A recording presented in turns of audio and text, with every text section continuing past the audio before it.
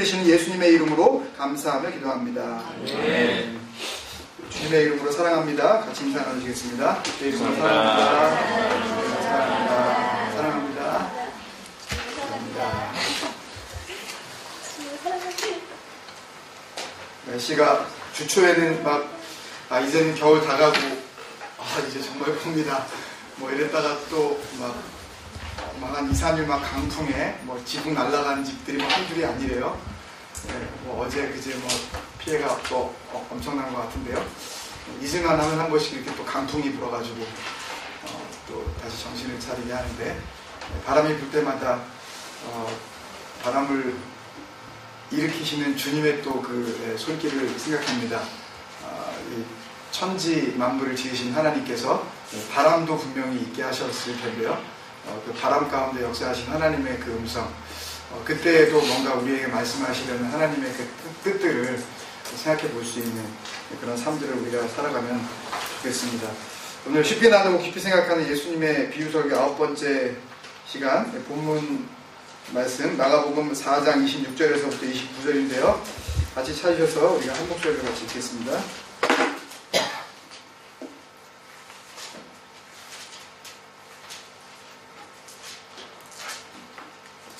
같이 읽습니다. 시작. 또 이르시되 하나님의 나라는 사람이 씨를 땅에 뿌림과 같으니 그가 밤낮 자고 깨고 하는 중에 씨가 나서 자라되 어떻게 그리 되는지를 알지 못하느니라. 땅이 스스로 열매를 맺되 처음에는 싹이요 다음에는 이삭이요 그 다음에는 이삭에 충실한 곡식이라. 열매가 익으면 곧 낫을 되나니 이는 수술 때가 이르렀습니다. 아멘. 한국말이잖아요. 지금 우리가 읽은 말씀이요. 무슨 말씀인지 와 닿으십니까, 여러분? 마가복음이 시작되고 난 이후에 마가복음은 특이하게 다른 복음서하고는 달리 동사가 하나도 없이 하나님의 아들 예수 그리스도의 복음의 시작이라 이렇게 되어 있지만, 원래 헬라어 원문에 보면 하나님의 아들 예수 그리스도 복음 시작, 아주 간결하게 되어 있습니다. 마가의 어떤 가지고 있는 성향 자체를 좀 보여주는 그런 복음서인데요. 그런데 이 마가복음에서 그 하나님의 이 아들 예수 그리스도께서 이제 복음을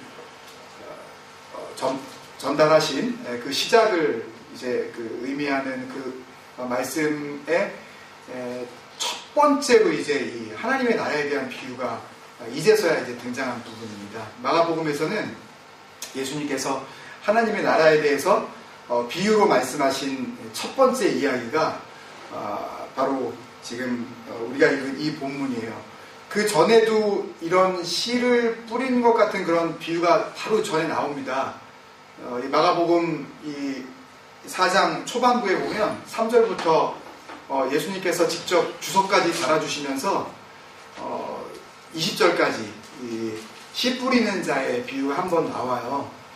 근데 거기서는 천국에 대한 이야기는 없으셨어요. 하나님의 나라가 이렇다라는 그런 말씀은 없으셨는데, 여기에 와서 이제 진정한 복음이 무엇인지, 그러니까 하나님 나라의 그 비밀이 무엇인지 그것들이 이제 알려주시는 그런 장면인데요. 한 번만 더 읽어보겠습니다. 한 번만 더 읽어볼 텐데요. 아직 파워포인트 넘겨주시지 말고요. 한 번만 더 읽어볼게요. 우리가 천천히. 요번에 읽으실 때에는 김 목사가 알아서 다 해결해 주겠지. 또 다 풀어줄 거야. 어떻게 결론이 나겠지. 그런 생각하지 마시고 한번 본인이 결론을 한번 내보세요. 본인이 한번 씹고 본인이 입에 넣어서 그렇게 삼키는, 그래서 내가 정말 한번 이 말씀을 한번 소화시켜 보겠다라는 그런 어떤 책임감을 가지고 한번 같이 한번 읽어보시자고요. 여기서 예수님께서 마가복음 이 시작된 이후에 하나님의 나라가 이렇다 라고 말씀하신 첫 번째 비유이기 때문에 굉장히 뭔가 의미가 있을 거예요. 그렇기 때문에 굉장히 중요한 말씀일 거고요. 첫 번째는. 두 번째는 알아들을 만한 말씀이었을 거예요. 첫 번째 비유부터 완전히 너무 막 황당무계한 막 신학자들이 막 이렇게 뭐 오고 율법학자들이 와가지고 그 말씀이 무슨 말씀이야? 이 시는 말이야 뭐고 그 사람은 뭔데 뭐 이러면서 해석해줘야만 듣는 그 무리들이 그게 사람이 그런 뜻이었어요? 시는 그런 의미였고요? 뿌린다는 의미는 뭐 이렇게 해서 해석이 돼야만 아는 그런 어려운 말씀이 아니었을 거예요. 첫 번째는 중요한 말씀이었을 것이다. 두 번째는 쉬웠을 것이다. 동의 안 하십니까, 여러분? 동의가 안 되세요? 하여튼 안 되시는 건 일단 둘째 치고 다시 한번 읽어보겠습니다. 다시 한번 읽으시면서 도대체 중요하잖아요. 하나님의 나라는 just like this 라고 주님께서 말씀하시는데 just like this 라고 하는 like this가 도대체 우리한테 이해가 되는지 여러분들이 이거 딱 읽으시면서 많지도 않잖아요. 한 10절이나 되면은 분량이 너무 많아가지고 내가 난 이해 못해 이러지만 딱 이거 26, 27, 28 요거밖에 안 돼. 이것도 짧아가지고 그러니까 한번 결론을 한번 내보세요. 요 다음으로 안 넘어가고 한번 결론을 내릴 수 있나? 그래야 오늘 좀 빨리 끝내고 우리 또 기도하시고 싶은 거 열심히 기도하시다 이렇게 할 수 있도록 콤팩트하게 우리 한번 해봤으면 좋겠습니다. 그런 훈련으로 생각하시고 한번 읽습니다. 요번에는 여러분 각자 결론을 내보세요. 자, 시작. 또 이르시되 하나님의 나라는 사람이 씨를 땅에 뿌림과 같으니 그가 밤낮 자고 깨고 하는 중에 씨가 나서 자라되 어떻게 그리 되는지를 알지 못하느니라. 땅이 스스로 열매를 맺되 처음에는 싹이요 다음에는 이삭이요 그 다음에는 이삭의 충실한 곡식이라. 열매가 이르면 곧 낫을 대나니 이는 추수 때가 이르렀으니라. 아멘. 아시겠죠? 주님께서 무슨 말씀을 하시는지 아시겠죠? 모르시겠죠? 제가요, 주님께서 말씀하신 이 비유를 신약성경을 우리가 좀 여러 번 읽어봤잖아요. 다 읽어보신 내용이에요. 다 아시는 내용을 들어보셨고 하는데 제가 예수님의 비유를 다시 이렇게 제 스스로가 공부해야 되잖아요. 묵상하고 또 연구도 하고 알고 싶고 주님께 계속 여쭤봐요. 이 본문을 종이에다 써서 주머니에다 갖고 다니고 차에다 이렇게 놔두고 하고 그러면서 계속 여쭤봅니다. 주님 이게 무슨 뜻입니까? 주님 이게 무슨 뜻이에요? 제가 주석을 뒤지거나 그런 작업을 안 하는 건 아닌데요. 그런 연구서를 보기 전에 계속해서 주님께 여쭤봅니다. 하루 종일 어쩔 때는 정말 물어봐요. 주님 정말 모르겠습니다. 정말 모르겠어요. 그리고 어떤 순간에는요. 금요기도에 오기 직전까지 몰라요. 답이 안 나와요. 주님께서 감추어 주시고 싶은 부분이 있었기 때문에 그리고 알려주고 싶은 부분이 있었지만 또 그냥 모르고 지나가게 해야 할 그런 부분도 있었기 때문에 이 말씀 그 뒤에 보면은요 겨자씨 비유가 나오고요. 33절에 보면 예수께서 이러한 많은 비유로 그들이 알아들을 수 있는 대로 말씀을 가르치시되 라고 했는데요. 알아들을 수 있는 대로 가르치셨다는 이야기는요. 못 알아들을 수도 있다는 그런 의미가 여기 포함되어 있는 그런 원어적인 의미가 있어요. 그런 의미가 이 안에 좀 포함되어 있어요. 근데 중요한 건 뭐냐 하면 34절에 비유가 아니시면 말씀하지 아니하시고 이제 예수님께서 설교를 하시고 강론을 하시는데 비유가 아니면 안 하신다니까 큰일 났네요 이제. 여러분 잘 생각해 보세요. 모든 성경이 다 중요합니다. 다 의미가 있고 다 소중해요. 근데 주님께서 오셔서 말씀이신 그분이 와버리신 거예요 이제요. 그리고 직접 하나님이 그냥 이 땅에 오셔서 이제는 직접 말씀하신 거예요. 그리고 그게 기록으로 남겨진 거 아니에요? 이게 정말 할렐루야잖아요. 놀라운 거 아니에요. 그러면 사실 그것만 알아도 사실은 믿음은 충분해요. 구원받는 데 있어서 전혀 문제가 없다고요. 마태, 마가, 누가, 요한 그리고 뒤에 나오는 뭐죠? 사도행전, 로마서 이런 뒤로 쭉 나가는 이 뒤에 부분들은 뭐예요? 이 부분은 뭐냐면 편지잖아요. 전부 다요. 다 편지잖아요. 네? 사도행전도 편지잖아요. 이게요. 이것도 물론 편지긴 편지지만 이건 예수님의 행적을 기록한 그런 의미에서 조금 다르다고 볼 때, 이거는 모두가 이 사복음서 이외의 나머지 부분들은 다 뭔가 그 편지를 받는 대상자의 믿음의 문제가 있거나, 아니면 지금 신앙에 지금 큰 위협을 받고 있거나, 아니면은 지금 복음 자체가 완전히 지금 엉뚱한 가르침에 의해서 지금 막 근본이 하여튼 신앙적, 영적, 뭐 구원, 뭐 하여튼 이 주님께서 말씀하셨던 이 천국 복음, 여기에 문제가 생겼기 때문에 편지를 보낸 거 아니에요. 사실은 사복음서만 정확하게 우리가 믿음 가운데 받아들이고 이것을 온전하게 이해만 하면 이 사도행전부터 뒤에 있는 편지는 사실 없어도 되는 거였어요. 그죠? 물론 있어서 감사하죠. 우리가 또 문제가 생겼을 때, 또 우리의 교회가, 또 우리의 신앙이, 또 우리의 또 어떤 의심이 이렇게 일어날 때에 이런 편지를 또 여러 가지 상황에서 또 믿음의 선배들이 하나님의 영감을 받아 기록해 놨기 때문에 이것을 통해서 우리가 또 다시 교훈을 얻고 또 힘을 얻을 수 있으니까 중요하지만, 사실 정말 중요한 것은 사복음서면 끝나는 거예요, 사실은. 근데 사복음서의 핵심이 뭐라고요, 지금요? 패러블이에요. 근데 예수님의 비유를 읽는데 읽어도 이게 무슨 뜻인지 모르겠어요. 그리고 연구서를 보고 주석을 봤는데도 납득이 안 가요. 납득이. 도대체 와닿지 않는 지금 딴걸 생각하세요? 제가 나중에 안 된다니까. 정말 이게 와닿지를 않는 거예요. 쉽다고 그러셨는데, 그리고 우리가 다 이거 읽고 지나갔는데. 그래서 제가 그런 생각을 했습니다. 주님, 더 우리가 함께 우리 공동체가 다 정말 깊이 생각하는 그런 공동체가 됐으면 좋겠습니다. 제가 기도했습니다.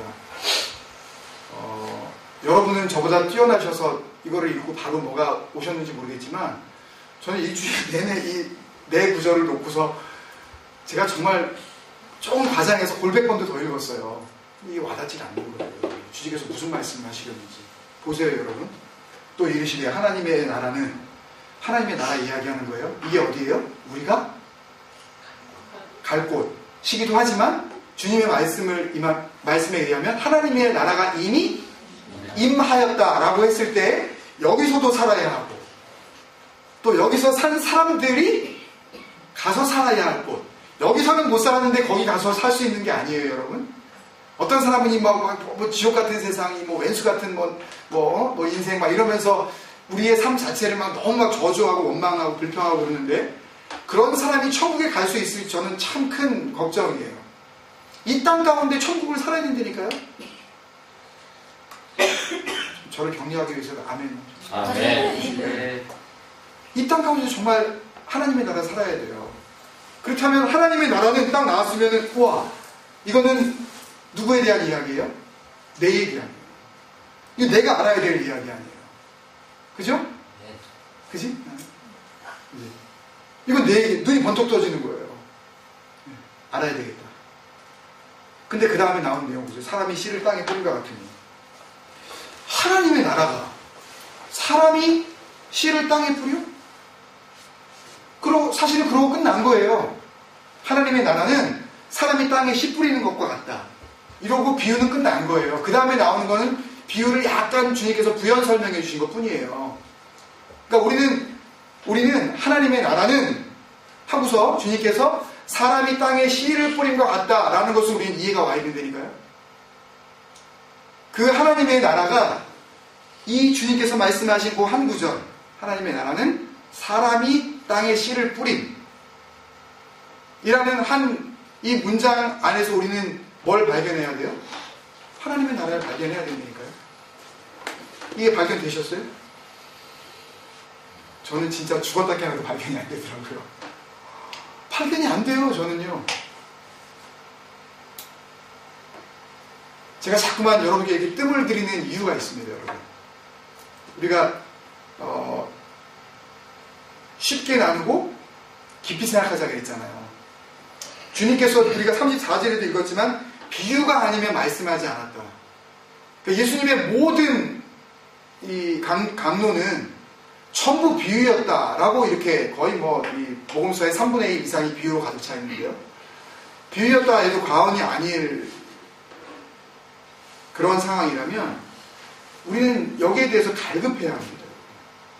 내가 이해가 되지 않으면요, 정말 여기에 마음과 뜻과 정성을 다해서 이걸 갖다가 알게 해달라고, 내가 깨달을 수 있는 은혜를 달라고, 주님, 저에게 뭘 계산하고, 뭘 아끼고, 뭐 이런 것도 다 중요하죠. 우리 아이들에 대한 미래를 내다보고, 이 사업을 하는 게 나을까, 아니면 이런 아이템을 하는 게 나을까, 이런 미래에 대한 예측도 굉장히 중요하지만, 정말 우리가 알아야 될, 우리가 가져야 될 지혜가 뭘까요, 여러분? 말씀을 대할 때에 그 말씀을 이해할 수 있는 그 지혜, 우리에게 정말 필요합니다, 여러분. 이게 없으면 주님께서 말씀하신 거의 대부분인 이 비유를 우리는 그냥 스치고 지나갈 수밖에 없어요. 너무너무 중요한 건데, 이것이요. 이 가뜩이나 이 부분은요, 마가복음에만 있어요. 이 비유는요. 씨 뿌리는 비유, 그 다음에 요 바로 뒤에 나오는 겨자씨 비유는 다른 공간복음서에 있어요. 마태복음에도 있어요. 근데 이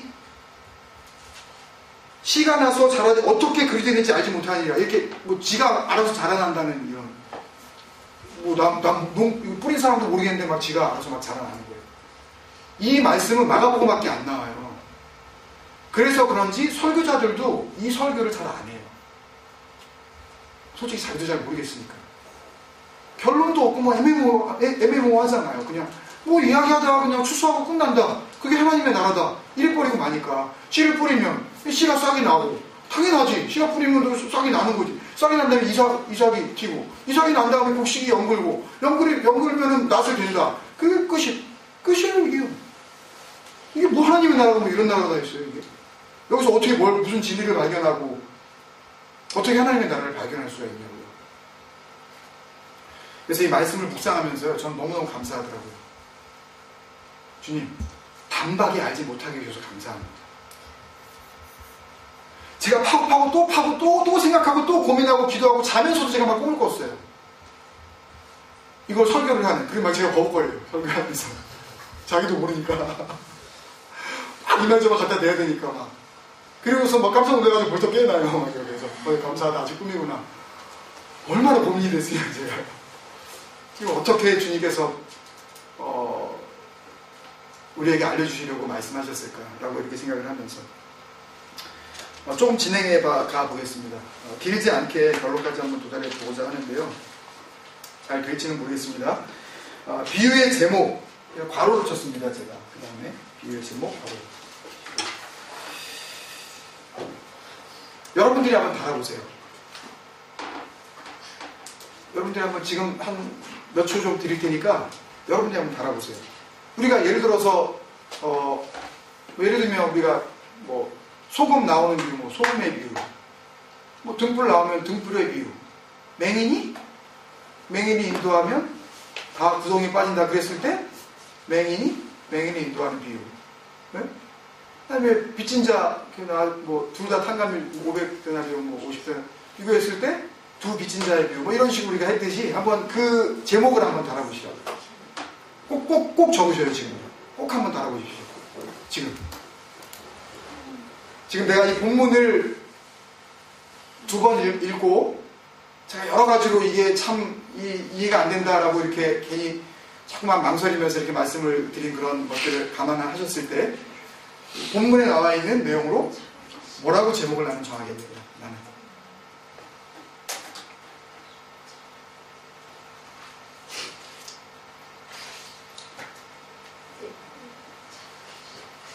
거의 대부분의 이 신학자들이, 유명한 신학자들이 많습니다. 하여튼 신약의 대가들, 특히 공관복음, 이 마태, 마가, 누가복음의 대가들, 이 석학들이 다 해석을 했는데요. 거의 이 비유의 이름들을 이렇게 지었습니다. 그 다음 거 한번 해주세요. 거의 이 정도에서 거의 다 걸려듭니다. 다 이게 여기에 이제 포함되게 되는데요. 은밀히 자라는 씨의 비유. 굉장히 유명한 그 예레미야 라는 신약학자가 있는데, 이 사람 같은 경우에 이런 쪽으로 많이 집중을 했습니다. 은밀히 자라는 씨의 비유. 씨를 뿌렸는데, 뿌린 다음에 그 뿌린 사람이 한 일은 뭐예요?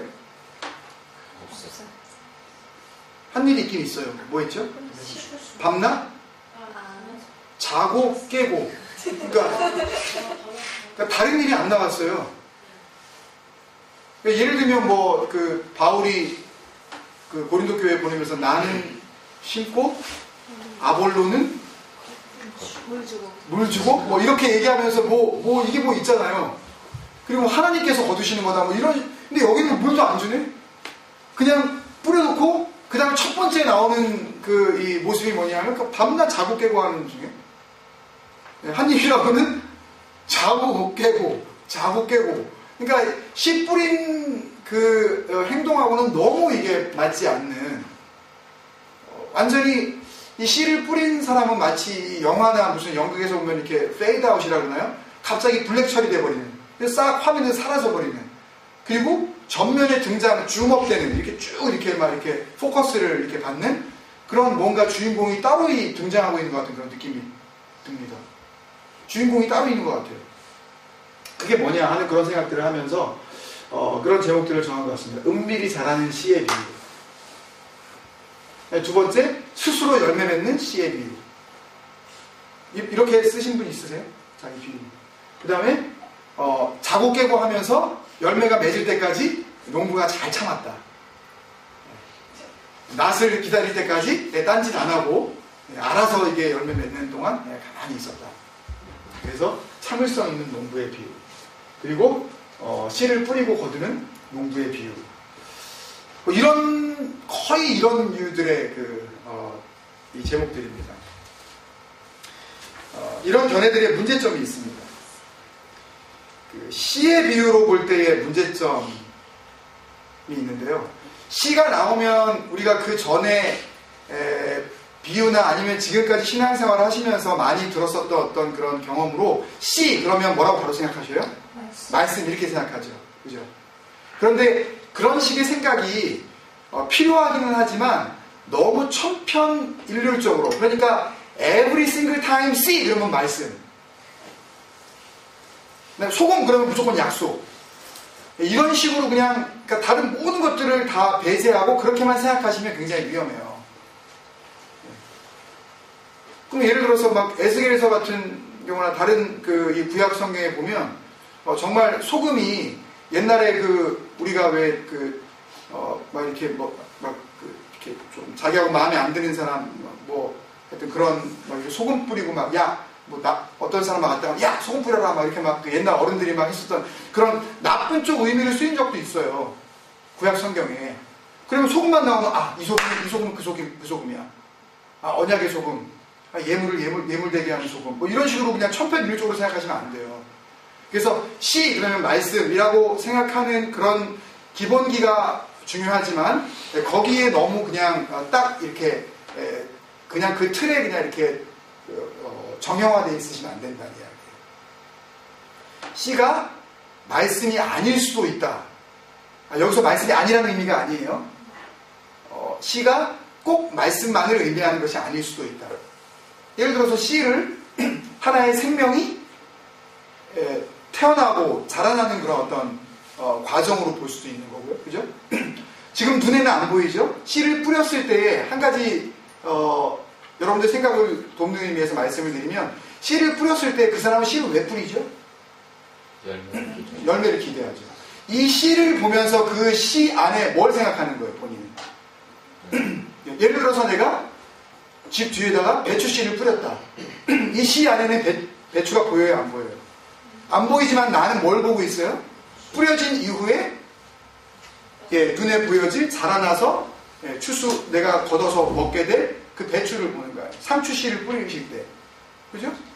무씨를, 총각무씨를, 이게 다 그 결과물, 그 열매를 내가 알기 때문에 그 씨를 뿌리는 거 아니에요, 그죠? 내가 그걸 갖다가 모른다면 엉뚱한 씨를 갖다가 뿌릴 이유가 없겠죠. 그 결과를 알고 그 열매에 대한 분명한 기대를 가지고 그리고 씨를 뿌리게 되니까요. 그런 의미에서 봤을 때 씨가 꼭 말씀이다라는 것으로만 고착되지 않는 상태에서 좀 유연하게 생각하실 필요가 있는데, 씨로 볼 때의 문제점이 뭐냐 하면요, 씨가 자라되 어떻게 그리 되는지를 알지 못하느니라 라고 하면서 씨 자체가 가지고 있는 무능력, 씨도 아무것도 할 수 없는 존재처럼 그렇게 지금 주님께서는 표현을 하고 계세요. 그리고 심지어는 씨 자체가 능력이 있는 것이 아니라 그 다음 구절 보면 열매를 맺는데 누가 맺는 거예요? 주인공이? 네? 땅이 맺는다고 돼 있어요. 주인공이 씨가 아니라 땅으로 지금 갑자기 바뀌고 있어요. 주어가. 땅이 스스로라고 할 때 쓰인 이 스스로라는 이 아우토마테라는 단어는요, 여기 한번 쓰이고, 이런 거 나오면 재밌으시죠? 저도 재밌어요. 여기 한번 나오고 사도행전에 딱 한 번 더 나와요. 사도행전 12장 10절에 한 번 더 나와요.